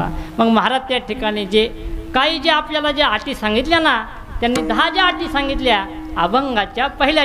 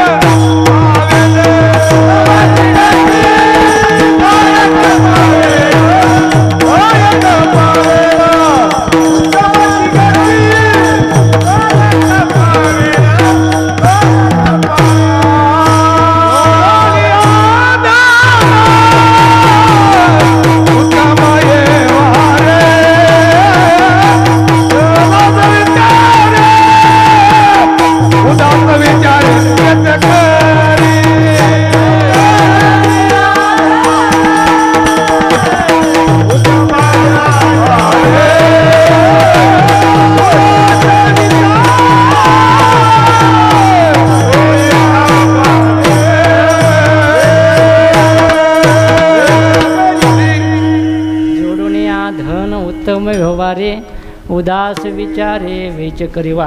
सुंदर प्रमाण म्हणलं त्यांनी. बघा ना, खायला जर गंगा जर वाहू लागली ना, हात धुवून घेतात लोक. बघा, एक प्रमाण म्हणलं डबल बी हाणलं त्यांनी. वेळाचं काय नाही म्हणले, मला आली ना संधी, हात धुवून घ्या द्या मला. महाराज हां सिंगलमध्ये घ्या, सर्वांना येऊ द्या. हां तुमचे सगळं. आणि आपला वेळ संपला आहे आता. प्रमाणे तुम्ही जर म्हणाल तर तुम्हाला वेळ होईल. मग आता म्हणून द्या, म्हणून द्या, म्हणून द्या. हां मधल्याचं बघा ना, ह्याला काय म्हणू द्या. हां मधल्याचं बघा ना, ह्याला किती गरमी. हे आता फॅन आहेत 2, पण ह्या 2 फॅनवर भागत आहे का? काय ना, पाय जर त्रास होणार तर पाय लांबवा. काय ना, मीच आहे पुढं. या ठिकाणी महाराज म्हणजे जोडून या धन उत्तम व्यवहारे उदास विचारे वेच करी. महाराज म्हणजे धन कमवत असताना आपण उत्तम व्यवहार असला पाहिजे. कल्याणामधले बी चिंता करू नका, 10-15 मिनिटामध्ये आपली सेवा संपणार आहे. या ठिकाणी महाराज म्हणले, तुम्ही म्हणताल मग अभंगाचं पहिलं चरण झालं आहे, आता जाऊ दे, आता वेळ कमी आपल्याकडं आणि प्रमाण जास्त झाले आज. आणि त्यामुळे मग महाराज म्हणले, जोडून या धन उत्तम व्यवहारे, उदास विचारे वेच करी. आणि महाराज धन ही गोष्ट अशी बघा, कलियुगामध्ये जर आपण पाहिलं तर धनाशिवाय काही, पैशाशिवाय काही कारभार चालला आहे का? कोणी असो, कसाही असो, जो महाराज जास्त पैसे घेतो तो महाराज जास्त मोठा. जर एखादा माणूस जर पैसे घेत नसेल तर लोक म्हणते ते जरा बारीक आहे, हां, त्याला काही येत नाही म्हणून ते पैसे घे नाही. बरोबर आहे का नाही? पण महाराज म्हणले तसं नाही. बघा, तुकाराम महाराजाला खंत वाटली. महाराज म्हणले, आशाबद्ध वक्ता श्रोता भय वाटत असे चिंता. पण महाराज म्हणले, सांगत असताना तुकाराम महाराज म्हणले, धन महाराज तुम्ही जरूर घ्या, पण धन कमवत असताना काही वेळेस महाराज म्हणले, परमार्थ महाधन जोडी देवाचे चरण. आणि पैसा महाराज आता हे तुम्ही सर्व सुज्ञ मंडळीत या ठिकाणी पुढे बसलेली मोठी मोठी मंडळीत, आता माझ्या बापेक्षा काही जण वयानं दुप्पट तिप्पट मोठी मंडळीत, आणि पैशाशिवाय का पान हलायले का? पण महाराज तुकाराम महाराज देखील म्हणावं लागलं. तुकाराम महाराज म्हटले, देवा आयुष्यभर परमार्थ केला, संसारावर तुळशीपत्र ठेवलं, संसाराच्या नावे घालून या शून्य वाढता हा पुण्य धर्म केला. अरे नवे एका जन्मात आम्ही भजन केलं नाही, निद्रा करिता होतो पायी, सवेची लंका घेतली तरी वानर गोवळ गाई, सवे चारीत फिरत असो म्हणून भिन्ना भेद नाही, देव आम्हा एक देही. महाराज म्हणले, प्रत्येक युगामध्ये मी देवा तुझ्यासोबत होतो, प्रत्येक युगामध्ये तुझं भजन केलं, तर ही का रे देवा? दुष्काळी आटीला द्रव्य नेला मान, स्त्री एक अन्न करिता मेली. तुकाराम महाराज देवाला भांडू लागले. काय म्हणू लागले? देवा आयुष्यभर तुझा परमार्थ केला, रामकृष्ण हरी भजन केलं, माझा विषय काय होता? तर महाराज म्हणले, विषय तो त्यांचा झाला नारायण, नावडे जन धन माता पिता. तुझी वाचा सोडून माझी वाचा आता तुझ्या नामस्मरणाशिवाय राहत नाही, तरी पण तू माझ्या अंगावर एक ना एक दुःख का पाठवतोय? बघ ना, काही लोक तुझं नाव घेत नाहीत, त्यांना माहीत नाही, त्यांचा बंगला जर बघायला गेलं तर माझी टोपी खाली पडायली. आणि आयुष्यभर तुझा नावाचा परमार्थ केला, डांगोरा केला. पण महाराज देवाचं ते कामच आहे, ते देवाची ते खून आला ज्याच्या घरा, त्याच्या पडेची रा संसाराशी. श्रीमंत लोक म्हणून भजनच करत नाहीत बघा, आपण गरीब लोक आहेत म्हणून भजन चालू आहे. पण महाराज म्हणले तसं नाही, म्हणून तुकाराम महाराज देवाला भांडू लागले. तुकाराम महाराज म्हणले, देवा तुझा माझा कार्य वैर का, दुःखाचे डोंगर दाखविशी. मग महाराज तुकाराम महाराजाला भांडत असताना, आणि जे मी सांगितलं बघा, जोडून या धन, आणि धन कमवत असताना जर भाग्यामध्ये असेल, तुम्ही कितीही प्रयत्न करा धन कमवण्याचा, कितीही प्रयत्न करा, भेटणार नाही धन. महाराज म्हणले, काय गोष्टी भाग्याशिवाय भेटतच नाही. ठोबा रखुमा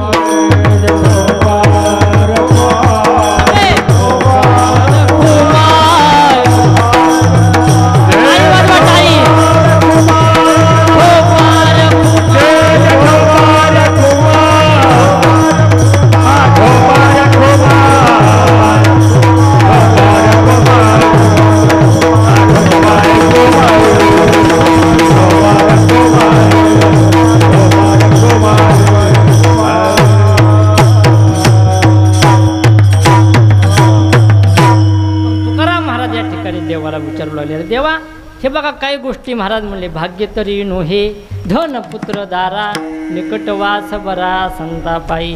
महाराज म्हणले, तुमच्या भाग्यामध्ये असेल तरच धन भेटू शकते. तुम्ही कितीही प्रयत्न करा, कितीही उत्तम व्यवहार करा, कसंही करा. काही लोकांनी महाराज एवढे धंदे केले, ह्याची टोपी त्याच्या डोक्याला, त्याची टोपी ह्याच्या डोक्याला, शेवट सगळ्याच्या टोप्या ह्याच्या डोक्याला येतात. पण महाराज म्हणले, तुम्ही कितीही काही करा, कितीही काही करा, कितीही धंदे करा, कितीही लोकांना व्यवसाये निमित्त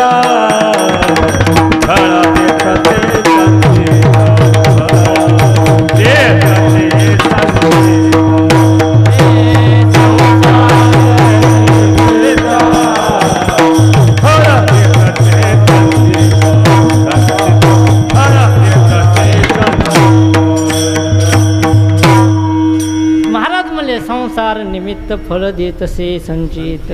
आपण हे निमित्त आहे महाराज. काय काय बघा ना, काय काय लोक महाराज खायचं काय खरं नव्हतं, करोडपती होऊन गेले. पण महाराज आपण सकाळी जर उठल्यापासून आपल्याला चिंता आहे, झोपताना चिंता आपल्याला उद्या फुटली शेतातली पाळी हाणायची, उद्या काय करायचं आहे का नाही चिंता शेतकऱ्याला. महाराज एवढे कष्ट करून सुद्धा आपल्या पदरात काय आहे का. शेवटी सगळी जमीन काळीच होईल. किती हिरवी करा तुम्ही, 4 महिने असेल, कुणाची 2 महिने असेल, कुणाची 5 महिने असेल, वर्षभर ऊस हिरवा असेल, पण पुन्हा काळी झर जमीन होईल. किती कमवा तुम्ही. तसं महाराज म्हणले अन्न मान धन येतो प्रारब्धा अधीन. हे जे आहे ना तुम्हाला जो मान भेटतो, तर महाराज म्हणले काहीतरी पूर्वजन्माचं पुण्य असल्याशिवाय भेटत नाही बघा. म्हणून तर महाराज म्हणले भाग्य तरी नोहे धन पुत्रधारा. महाराज म्हणले खरं भाग्य ते नाही, पण तुम्हाला वाटत असेल भाग्यानं, भाग्य तरी नोहे धन. महाराज म्हणजे धनानं जर भाग्यवान म्हणाला तर तुम्ही महाराज श्रीमंत लोकांना आपण भाग्यवान म्हटलो. पण महाराज म्हणजे धन तुम्ही कितीही कमवा, एक दिवस ते जाणार आहे. या धनाचा नदरी विश्वास जैशी तरुवर छाया, धनाची या मागे कळीकाळाचा लाग म्हणून या संग खोटा याचा. महाराज म्हणजे धनवानाला असे अनेक प्रमाणे त्या ठिकाणी, पण महाराज म्हणजे हे धन काही कामाचं नाही. म्हणून तर महाराज म्हणजे ना भाग्य तरी नोहे धन पुत्र. मग महाराज एखाद्या जर मुलं जास्त असली तो भाग्यवान आहे का, तर महाराज म्हणजे तोही भाग्यवान नाही. महाराज म्हणजे असा एकच मुलगा व्हावा, पुत्र व्हावा ऐसा. काय झोपीत धोंडा घालणारा कसा. महाराज म्हणजे काय काय लोक बघा पुन्हा धन्यता देतात, पुत्र झाला चोर माय बापा हर्ष थोर. पण असा पुत्र काही कामाचा नाही. महाराज कौरव 100 होते. 100 किती होते कौरव. आपला हे बघा सर्वात तुमच्या गावातलं सोपं उदाहरण सांगू का. महाराज आमच्या मधू महाराजांची मुलं, एक मुलगा PSI झाला आहे महाराज, एकाला 12-13 लाख रुपये पॅकेज आहे. असा मुलगा असावा. आता आपण बघा ना त्याची एका महिन्याची कमाई आपण सालभर आपल्या तिथं घासावर बसवला का नाही. तर मलाही कितीतरी कीर्तनं केले तरी एका महिन्याची कमाई व्हायची नाही का, होईल. मग महाराज या ठिकाणी पुत्र झाला, महाराज असा पुत्र व्हावा. पुत्र झाला महाराज म्हणजे असा पुत्र झाला पाहिजे. हे बघा एकच उदाहरण सांगतो आणि या ठिकाणी थांबतो. बळीराजा. बळीराजाच्या वडिलाचं नाव काय माहिती का. कुणी आहे का ना रामायण सांगणारे कुणी आहेत का ना त्या ठिकाणी. नाही नुसत्या टोप्या घालू नका लोकाला गावातल्या. कोणी आहे का ना रामायणाच्या इथं. नाही ते तर काही ना आता वयस्कर झाले त्यांचं. महाराज म्हणले बळीराजा महाराज इतका दानशूर होता, इतका दानशूर होता बळीराजा. पण त्याच्या वडिलाचं नाव काय होतं माहिती का, विरोचन. त्याच्या वडिलाचं नाव प्रल्हाद आणि हिरण्यकश्यपूचा पंतू म्हणायला हरकत नाही. बळीराजा महाराज दानशूर होता, इतका दानशूर होता बळीराजा, इतका दानशूर होता. आणि ज्यावेळेस त्याची आई, ज्यावेळेस विरोचन राजा मरण पावला, पहिलं सती जाण्याची परंपरा होती. काय होती, सती जायचे. आणि सती जात असताना बी जर त्या सतीनं जर डोळे झाकले, अंत्ययात्रेत सरळ जर पुढं बघत आता अंत्ययात्रा पुढं निघाली. आता तुमचे असते, तुमचे वडील आहेत का तुमचे वडील, मग ते गाडगं घेणारा माणसाला महाग बघू देत का नाही. गाडगं घेऊन जे माणूस असते ते महाग बघते का, बघत नाही. मग महाराज ती सती असते ना, सती प्रेताच्या महागात चालत असताना तिनं महाग बघायचं नाही. जर महाग बघितलं तर मग तिला सती जाण्याचा अधिकार नाही. तिनं जर त्या स्मशानभूमी ज्यावेळेस अग्नी पेटला, पण महाराज त्या अग्नी पेटत असताना त्या ठिकाणी जर तिनं उडी घेत असताना तिनं जर डोळे झाकले तर तिला सती जाण्याचा अधिकार नाही. मग महाराज आणि 3 लोकांना सती जाण्याचा अधिकार नाही. आणखी एक कोणती तर महाराज जर नवरा त्या बाईचा जर वारला, पती वारला आणि तिच्या जर उदरामध्ये गर्भामध्ये जर बाळा असेल तर तिला सती जाण्याचा अधिकार नाही. जसं मग विरोचन राजा मरण पावला, काय झाला बोलत जा ना, काय झाला मरण पावला विरोचन राजा. आणि विरोचन राजा मरण पावला आणि पोटामध्ये बळीराजा होता. मग त्या ठिकाणी मग ते लोक म्हणले अगं बाई तुला सती जाण्याचा अधिकार आहे हे गोष्ट मान्य आहे, पण तू ह्या लेकराचा जीव घेऊ शकत नाहीस. ती म्हणजे नाही म्हणली मी सती जाणार म्हटली. आणि असं म्हटल्यानंतर पण शास्त्रामध्ये जर तुझं सती गेलीस तुला ब्रह्महत्येचं पातक लागण म्हटले. त्या ठिकाणी ती थांबली. आणि थांबल्यानंतर त्या ठिकाणी मग बळीराजा जन्माला आला. आणि बळीराजा महाराज इतका दानशूर झाला, इतका दानशूर झाला, मला कथा सांगायची नाही. आणि मग त्या ठिकाणी महाराज स्वतः भगवंत बळीराजाकडे आले. काय म्हटले, मला त्रिपाद भूमिदान दे. आणि असं म्हटल्यानंतर त्या ठिकाणी मग बळीराजा त्या भगवंताला, कारण की तिला बळीराजाला 5 वेळाच घालायचं होतं. आणि त्या ठिकाणी मग स्वतः भगवंत ज्यावेळेस आले ना त्यावेळेस ती विरोचनाची पत्नी म्हणत होती, भली हुई सतीन गई विरोचन के साथ ऐसा पुत्र पैदा किया प्रभू पसारे हात. जर त्याच ठिकाणी जर बळीराजा जर त्या हिरण्यकशिपूचा जर वागू लागला, लोकांना मारू लागला, तर तिला काय वाटलं असतं? मग महाराज म्हणजे भाग्य तरी नोहे धन पुत्र दारा. दारा म्हणजे पत्नी. पत्नी सांगतो आणि थांबतो विठाला विठाला.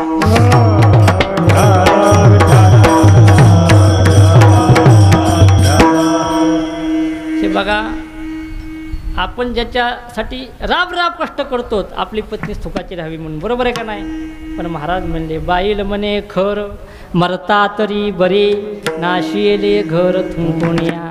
सर्व महाराज आपला जर अंतकाळ आला ना, त्या ठिकाणी कोणीच नाही. अंतकाळी कोणी नाही सोडविता पुत्र बंधू कांता. कांता म्हणजे पत्नी. पण महाराज म्हणजे त्या ठिकाणी कोणीच सोडवित नाही. एकच दृष्टांत सांगतो. आपला भृतहरी राजा, ज्याच्यामुळं आपल्या भारत देशाला नाव पडलं भारत, असा असणारा भृतहरी राजा महाराज, त्याचं त्याच्या बायकोवर इतकं प्रेम होतं. किती? इतकं प्रेम होतं. तर एखादा ब्रह्मचारी, एखादा जर साधू दिसला ना, त्याला राग यायचा. या लोकांनी का संसार सोडला असेल? काय मूर्ख लोक आहेत म्हणायचं हे. आणि महाराज तो साधूची टिंगल करायचा. नैकुट करा, लक्ष देऊन ऐका. तुमच्या गावात आले विचारणार आहे तुम्हाला हे. आणि त्या ठिकाणी मग तो काय करायचा? साधूची टिंगल करायचा. म्हणायचा काय मूर्ख लोक आहे ते, यांनी संसार सोडला, काय संसारामध्ये सुख आहे. आणि महाराज तो साधूची टिंगल करायचा. पण ज्ञानी होता. काय होता? ज्ञानी होता. आणि असा असणारा राजा, मग गावामध्ये एक साधू आले आपल्या महाराजासारखे. आणि महाराज माधवाश्रम महाराज, आपण बहुत पुण्यवान आहेत बरं का, खूप पुण्यवान आहेत. आपल्यासारख्या या पंचकृषीमध्ये महाराजांचं वास्तव्य होतं. महाराज पाचेगावचे आहेत, माहिती का नाही? आणि महाराज बरेच दिवस खामगावला राहिले, बरेच दिवस. पण अंतकाळाच्या घाण्या टायमाला आपल्याला दर्शन झालं. हे आपण खूप पुण्यवान लोक आहेत. खामगावला महाराजांचं लय मोठं मंदिर आहे, गेलतात का नाही कधी?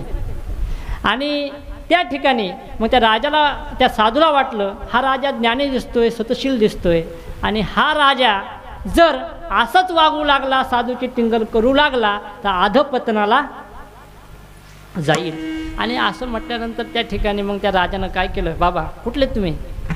हां, मग त्या काय केलं राजा? त्या साधूने एक आंबा दिला. कुणाला दिला माहिती का?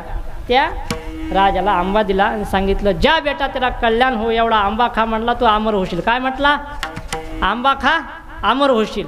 आणि असं म्हटल्यानंतर त्या ठिकाणी मग तो राजा म्हटला, मी जर हा आंबा खाल्ला बाबा, बरोबर आहे का नाही, हा आंबा जर मी खाल्ला तर अमर झालो आणि माझी राणी मरून जाईल. माझा काय उपयोग आहे म्हणलं एकट्याचा राहून या जगतामध्ये. इतकं प्रेम त्या राणीवर. न पेक्षा हा आंबा जर आपण राणीला दिला, राणी जगली पाहिजे. बघा काय प्रेम होतं तिचं. आपण बायको लगेच मारून टाकली असते आंबा भेटल्या भेटल्या. पण महाराज स्त्रीहीन होता आणि त्या ठिकाणी तो आंबा काय केला? त्या राणीला देऊन टाकला. पण महाराज त्या राणीचं मुळीच प्रेम याच्यावरती नव्हतं. राणीनं अमर होण्याचा आंबा त्या प्रधानाला देऊन टाकला. आणि अमर होण्याचा आंबा त्या प्रधानाला देऊन टाकला.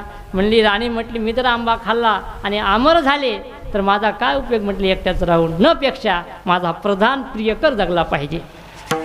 पण बघा ना महाराज, त्या प्रधानाचं किती दुर्भाग्य आहे. असा एवढी मोठी राणी आपल्यावर प्रेम करते, एकनिष्ठतेनं राहायला पाहिजे का नाही? महाराज त्याची मानसिक उंची, विचार, गावातल्या एका भांडे घासणाऱ्या बाईवर त्याचं प्रेम होतं. ते म्हणला हा आंबा खाऊन मी जर अमर झालो, आंबा खाऊन मी जर अमर झालो तर महाराज म्हणले त्या ठिकाणी तर ती माझी प्रियकर म्हणून जाईल आणि मग माझा काय उपयोग आहे. आणि महाराज तो अमर होण्याचा आंबा त्या गावातल्या भांडे घासणाऱ्या बाईला नेऊन दिला. तिने विचार केला, हा आंबा खाऊन मी जर अमर झाले तर आयुष्यभर का ह्या पाटलाची न्यायची भांडे घासीत बसू काय म्हटली मी. न पेक्षा हा जर आंबा त्या राजाला नेऊन दिला तर राजा राज्य करेल. असं म्हणत असताना महाराज थरथरत्या कापताना महाराज फाटके अंगावर साडी, चोळी फाटकी, आणि तो आंबा घेतला आणि आंबा घेऊन राजदरबारामध्ये आली. राजेसाहेब, राजेसाहेब, हे बघा हा आंबा खा, तुम्ही अमर व्हाल.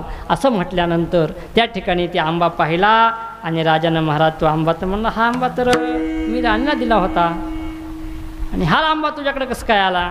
महाराज त्या बिचारीला काय माहिती. महाराज त्या बिचारीनं तो आंबा देऊन राजाकडे दिला आणि सांगितलं, राणीला लगेच बोलून घेतलं, अगं हा आंबा मी तुला दिला होता अमर होण्याचा, हा आंबा तुझ्याकडे कसं काय इकडे आला?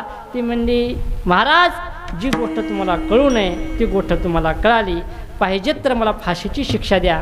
तुम्ही तुमच्या राजदरबारामध्ये मग्न होते, माझ्याही घरी भरपूर होतं, धन दौलत सर्व काही होतं, तुम्ही माझ्या प्रेमाच्या पात्रतेचे ठरू शकला नाही. मला वाटलं तर फाशीची शिक्षा द्या, न पेक्षा मला जास्त चिंतन सांगायचं नाही. महाराज म्हणले राजानं सर्व राजाचा त्याग केला. काय केला? सर्व राजाचा त्याग केला आणि जंगलामध्ये जाऊन तपश्चर्या करू लागला. विठाला विठाला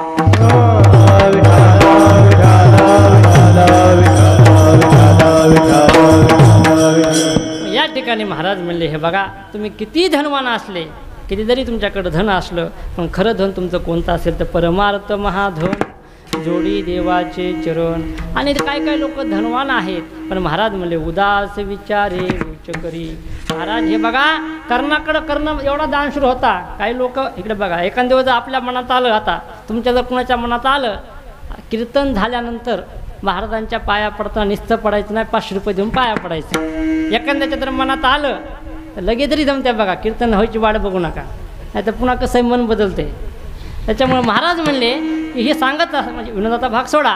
महाराज म्हणले आपल्या मनात आलं ना लगेच ती गोष्ट केली पाहिजे. एक वेळेस महाराज कर्ण राजा, कर्ण दाढी करायला बसला म्हणतात बघा, दाढी करायला. उदास विचारे वेचकरी सांगतोय. झालं, घड्याला हात लावणं का आपलं संपलंय. या ठिकाणी महाराज कर्णानं काय केलं, कर्ण दाढी करायला बसला. सकाळी वारेक आला आणि त्या ठिकाणी एक ब्राह्मण दान मागण्यासाठी आला. आणि दान मागण्यासाठी आल्यानंतर त्या ठिकाणी कर्णानं महाराज डाव्या साईडला वाटी होती. कुठे होती? आता वारकाच्या उजव्या हाताला म्हणल्यास कर्णाच्या डाव्या हाताला. आणि म्हणला मला काहीतरी सांगितली असं अडचला. आणि त्या ठिकाणी ती महाराज वाटी कर्णानं डाव्या हातानं दान दिली. आणि मग वारेक म्हटला हे बघा राजेसाहेब, तुम्ही ज्ञानी आहेत, सतशील आहात, आणि तुम्हाला दान करायचं माहीत नाही का?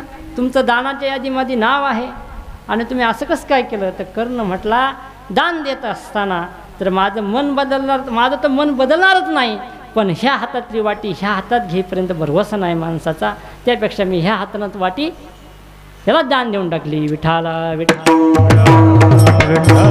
आणि त्यापेक्षा काही लोक महाराज सप्त्याला पट्टी 100 रुपये देतात, पण हा लाखाचा विचार करतात, हिशेब लाखाचा मागतात. पण महाराज म्हणले उदास विचारे वेच करी.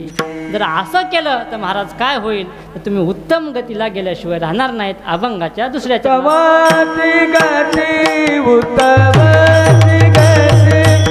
तो एक पावेल, तो एक पावेल, तो एक पावेल.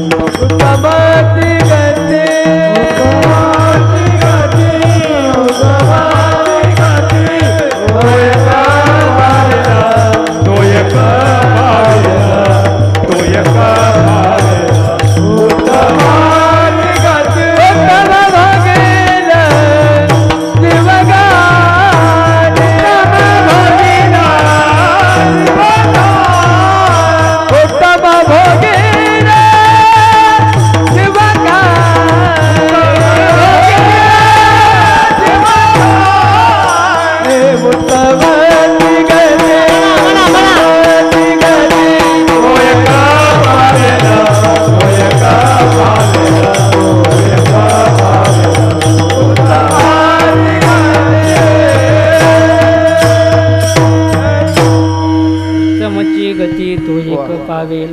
उत्तम भोगील जीवखानी. महाराज म्हणले जर तुम्ही असं जर वागलात, उदास विचारानं जर धन द्रव्य दान केलं, तर महाराज म्हणले त्या ठिकाणी तुम्ही उत्तम गतीला गेल्याशिवाय राहणार नाहीत. महाराज आणखी काही नियम आहेत का? तर महाराज म्हणले भूतदया गायी पशुचे पालन, तानिल्या जीवन वना माझी. महाराज म्हणले आपण भूतदया गायी पशुचे पालन, हे बघा आपण गायी पाळल्या पाहिजे. आता लोक कोंबड्या पाळलेत. काय पाळलेत? आम्ही पशु पाळतो, पण कोंबड्या शेळ्या पाळलेत लोक, गायी पाळीनात. पण महाराज म्हणले त्या ठिकाणी त्याला पुण्य लागणार नाही. भूतदया गायी पशुचे पालन, ताहनेल्या जीवन वना माझी. महाराज म्हणले एखादा जर ताहनेला असेल तर त्याला तुम्ही त्या ठिकाणी पाणी द्या, ह्यापेक्षा दुसरा काही परमार्थ नाही. महाराज म्हणले आणखी काय आहे का? तर महाराज म्हणले शांती. महाराज म्हणले त्या ठिकाणी परोपकार नेने परनिंदा, परस्त्रिया सदा बहिणी माया. त्या ठिकाणी आपण माता जर एखादी दिसली ना, तर हे बघा आतापर्यंत एकच राजा होऊन गेला. राजानं सांगितलं महाराज त्या कल्याणच्या सुभेदाराची सून आपल्याकडे आली होती. महाराज तसा राजा आता होणार नाही. बघा अनेक राजे होऊन गेले, पण कीर्तनामध्ये याचं नाव काढलं ना तेवढा एकच छत्रपती शिवाजी महाराज यांचंच नाव निघतं. म्हणून तर महाराज म्हणले ना शिवरायांच्या छायेखाली मुळीच नव्हती वान, आनंदाने नांदत होते हिंदू मुसलमान, आनंदाने नांदत होते हिंदू मुसलमान.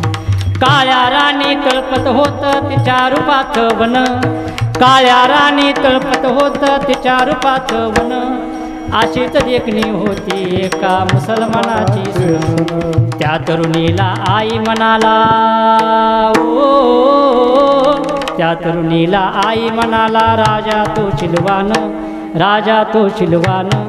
आनंदाने नांदत होते हिंदू मुसलमान. महाराज असा राजा होता महाराज. बांधित होता मंदिर जेते, बांधित होता मस्जिद, बांधित होता मंदिर जेते, बांधित होता मस्जिद. अशा नराच्या पुतळ्यापाशी अजून झुकत शील, अशा नराच्या पुतळ्यापाशी अजून झुकती मान. आनंदाने नांदत होते हिंदू मुसलमान, आनंदाने नांदत होते हिंदू मुसलमान, हिंदू मुसलमान, हिंदू मुसलमान. मानववादी शिवरायांना करतो मी वंदन, मानववादी शिवरायांना करतो मी वंदन. मला नावडे जात आणि धर्माचे बंधन. असाच माझा राजा होता माणुसकीची खान, असाच माझा राजा होता माणुसकीची खान. आनंदाने नाचत होते हिंदू मुसलमान, आनंदाने नाचत होते हिंदू मुसलमान, हिंदू मुसलमान, हिंदू मुसलमान, हिंदू मुसलमान, हिंदू मुसलमान. या ठिकाणी महाराज असा राजा होऊन गेला. पर उपकार नेने परनिंदा, पर स्त्रिया सदा बहिणी माया. लोकांच्या स्त्रीला माता मानणारा राजा होऊन गेला. हे याच्यामुळे मी थोडंसं उदाहरण सांगितलं. महाराज या ठिकाणी महाराज म्हणले आणखी काय आहे का, तर पर उपकार नेने परनिंदा, पर स्त्रिया सदा बहिणी माया. महाराज म्हणजे लोकांची निंदा करायची नाही कुणाची. काय काय बघा आता आपल्या काही काही जागेवर असे लोक असतात बघा, प्रत्येक गावामध्ये टपा असतो आहे का नाही महाराज. प्रत्येक गावामध्ये टपा असतो. तिथं त्या ठिकाणी MBBS क्लास 1चे अधिकारी बसलेले असतात तंबाखू चोळत चोळत. आज श्यामभाऊच्या घरी पाहुणे आलते वाटते. हो मग आलते. मग ते पाहुणे इकून तिकून आले की त्यांना भेटतात. कसं काय आलते गावामध्ये, काय ना श्यामभाऊच्या पोराला पोरगी द्यायची होती म्हणून आलतो. त्याच्यात तर पोराला घोर येते की म्हटले. अरे तू असं का म्हणला, सहज बोललो म्हणला. पण महाराज म्हणले निंदा अथवा स्तुती करावी देवाची. महाराज देवाला जनाबाई आणि नामदेव जनाबाई भांडल्या, त्या ठिकाणी गोनाबाई भांडल्या. पण महाराज भांडत असताना त्या ठिकाणी एवढंच सांगतो, तुम्हाला जर निंदा करायची असेल तर देवाची करायची, स्तुती अथवा निंदा करावी देवाची. देव चांडाळ चांडाळ, देवाचा लोकांना शिया दिल्या देवाने संतांनी. महाराज म्हणजे देव चांगला, देव चांगला. मग महाराज गोराबाई देवाला भांड्या बघा. हरित्वा कवनाचे बरे केले पूर्ण आम्हा कळू आले. गोनाबाई महाराज देवाला भांडल्या आणि भांडत असताना गोनाबाई सांगू लागल्या, नारद वैष्णव जग जेठी त्यासी लाविली लंगोटी. अरे देवा त्या नारदानं काय केलं, आयुष्यभर तुझं भजन केलं ना, आयुष्यभर गळ्यामध्ये विना घेतला, आयुष्यभर भजन केलं, त्याला तू महाराज त्या गर्भवासामध्ये टाकलंस. भीष्म वैष्णवांचा राव त्याचा बाणे पूजियला ठाव. अरे ते भीष्मराजा एवढा मोठा त्याचा अधिकार होता, स्वतःच्या वडिलासाठी त्यानं लग्न केलं नाही आणि महाराज त्याला तू काय केलंस, त्याला बाणावर उभा केलंस. बलिदानशील भला ते त्वा पाताळी घातिला. अरे बलिराजा काही साधा होता का, त्याला पाताळामध्ये तू घातलंस, काय त्याचा गुन्हा होता सांग ना तू. देवाला महाराज गोनाबाई भांडू लागल्या. ध्रुव बालक गोजिरवाने त्याचे खुंटले येणे जाणे. प्रल्हाद भक्तीचा भूकेला त्याचा बापत्वावधीला. अरे सांग ना त्या प्रल्हादाचं काय चुकलं होतं, त्याचा बाप मारला असतो. महाराज म्हणजे कर्ण भिडता समरंगणी मागची पाडोनी दात दोन्ही. महाराज कर्ण राजा इतका मोठा होता, कर्ण काही साधा होता का सांगा ना. ज्या वेळेस कर्णानं ऐकून जर बाण मारला ना तर अर्जुनाचा रथ सव्वा हात मागं सरकत होता आणि जर तिकडून अर्जुनानं बाण मारला ना तर महाराज कर्णाचा रथ 42 हात मागं सरकत होता. आणि असं होऊन सुद्धा भगवंत म्हणायचे वा कर्णा. काय म्हणायचे? काय म्हणायचे? कुणला वा म्हणाय पाहिजे का नाही? पण भगवंत कुणला म्हणायचे? वा कर्णा. मग महाराज 1-2 वेळेस माणूस ऐकत असते. अर्जुन म्हणला एक तर माझा सारथी म्हटला आणि त्याचे गुणगान करतोय. आमच्या भाकरी खायच्या आणि त्या गावाचं गुणगान करायचं, बरोबर आहे का नाही? मग त्या ठिकाणी अर्जुनाला सांगितलं अरे अर्जुना ते करणं काही साधा नाही. हे बघ या तुझ्या रथावर सर्व ब्रह्मांडाचं भार मी त्या ठिकाणी ठेवला आहे, स्वतः मी खडा आहे, तरीही ते काय करते? ध्वजस्तंभावरी वानरू जैसा मृत्युमंत शंकरू सारथी शारंग धरू अर्जुन. अरे सर्व ब्रह्मांडाचा भार तुझ्या रथावर ठेवलंय मी. काय केलंय? सर्व ब्रह्मांडाचा भार ठेवलंय, स्वतः मी त्या ठिकाणी उभा आहे. हनुमंतरावरून दाबताय तरीही ते काय करायले? सव्वा हात मागं सारायले. या ठिकाणी आम्ही जर सर्व निघून गेलोत ना तू 7 समुद्राच्या पलकड पडून जाशील. कर्ण काही साधा नाही. पण महाराज असा असणारा कर्ण, पण देवानं त्याला मारलं ना. कर्ण भिडता समरंगणी त्याचे मागशी दात दोन्ही. महाराज त्यामुळे गोणाबाई देवाला भांडू लागल्या आणि त्या ठिकाणी देव हसू लागले. हसताना गोणाबाई म्हटल्या गोणाई म्हणे हरी तुझी करणी तुझं वाटे बरी. अरे देवा तुझं वागणं तुलाच आवडायला, आम्हाला काही पसंत पड नाही म्हटल्या. शिर्याळाचे घरी धरणे धरले त्वा मुरारी राजा शिबीस चक्रवर्ती. महाराज विठाला विठाला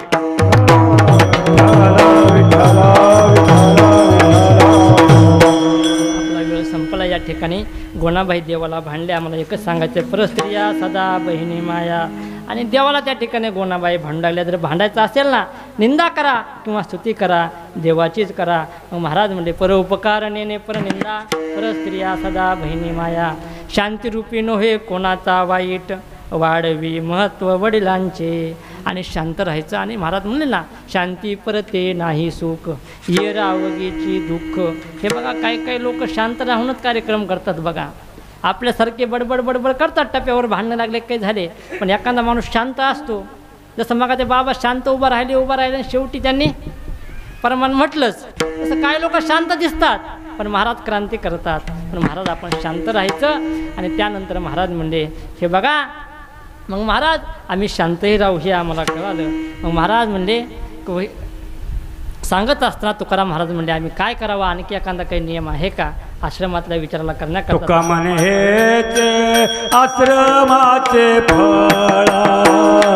तुका म्हणे आश्रमाचे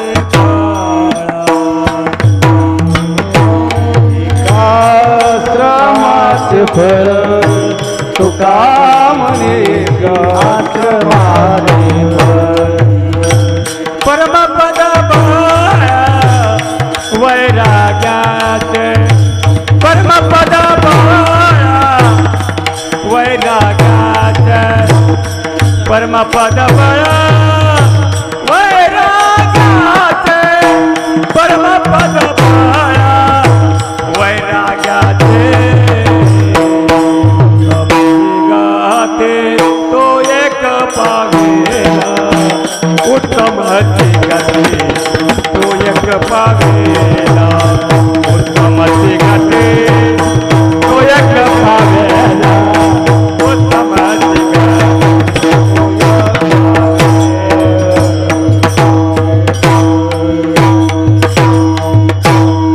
महाराज म्हणले उत्तमची गती तो एक पावेल. महाराज म्हणले सांगत असताना सांगतात की आपण या जन्मामध्ये सावध होऊ शकतो, बाकीच्या जन्मामध्ये आपल्याला काही करता येत नाही. बघा या जन्मामध्ये महाराज म्हणले ना नर करणे करे तो नरका नारायण होय. आपल्या या जन्मामध्ये देव होता येतं, या जन्मामध्ये आपल्याला काही करता येतं. म्हणून महाराज म्हणले मी सावध झालो, मला कळालं तुम्हीही सावध होणं गरजेचं आहे. गळ्यामध्ये पवित्र तुळशीची माळ घालणं गरजेचं आहे. जर सावध नाही झालात ना तर महाराज म्हणले तुका म्हणे धरी आठवया देही नाही तरी काही बरे नव्हे. महाराज म्हणजे तुमचं पुन्हा काय खरं नाही. तुम्ही जर परमार्थापासून दूर गेलात ना, एकच दृष्टांत सांगतो बघा. एक जरी चूक झाली ना आपली, एका माणसाला कामावून काढलं काय केलं? कामावून काढलं. तुला विचारलं का कामावून काढलं तुला? ते म्हणला काहीच नाही, एक साधी चूक झाली. काय झालं म्हणला? काही नाही म्हणला, माशी मारली. माशी मारली म्हणून कामावून टाकलं म्हणला. मग ते म्हणला माशी कुठं बसली होती? काही नाही म्हणला, मालकाच्या गालावर बसली होती म्हणला. पण महाराज म्हणले आधी आपण सावध झालं पाहिजे. बघा न पेक्षा हे बघा पूर्वीच्या काळामध्ये जास्त बस नव्हते. आता बी आपल्या गावाकडे एक दोनच बस येतात, बरोबर आहे का नाही? मग तुमच्यासारख्या एका पाटलानं काय केलं न कुटकर, तुमच्यासारख्या एका पाटलानं एक असा ताकदबाज माणूस डोक्यावर घेऊन पालखी केली एक आणि त्याच्यावर घेऊन फिरायला ठरवलं. म्हणलं आता एकट्या तर नाहीत ना. पालखी केली आणि पालखी घेऊन त्या ठिकाणी ते जायचे मग गावाला. पिपरीला कीर्तन असलं की निघाले पिपरीला. पण महाराज म्हणले त्या ठिकाणी पिपरीला जायचे, नैकुटला जायचे, भिष्टगावला जायचे. आणि मग तुम्ही एक दिवस गावाला गेले सकाळच्या एसटीनं आणि तुमची म्हैस सुटली. आणि म्हैस सुटल्यानंतर त्या ठिकाणी म्हैस सुटली आणि म्हैस सुटल्यानंतर मग त्यांच्या मालकीने सांगू राहिल्या, अरे बाबा ती म्हैस बांध, म्हैस बांध. ते म्हणलं माझं काम काय? मालकाला डोसक्यावर घ्यायचं आणि सर्व गावभर फिरायचं, म्हैस बांधायला सांगायचं नाही.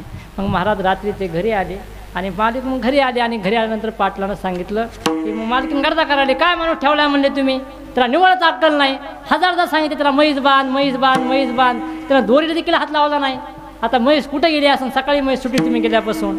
ते म्हणला चिंता करू नको. पाटील होते ते बी हुशार होते.